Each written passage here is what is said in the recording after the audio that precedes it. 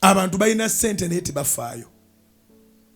Naye kyensaba Katonda ayambe ku bantu abalina ssente bayiga okufaayo, kubanga byansi byakuleka.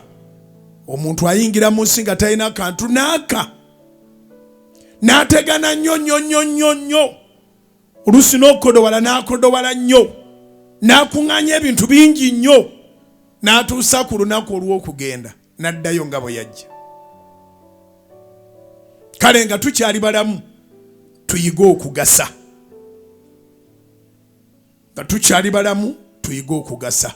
Kiruma okuyingira ensi nga tolina kintu, n'otuuka akaseera ng'owulira ensi yonna ogirina, n'ova mu nsi nga tolina kintu, oddayo ku zeero nga bwe wajja.